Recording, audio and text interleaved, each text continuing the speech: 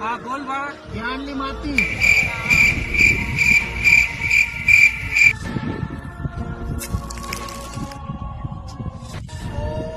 बाळा बाळा या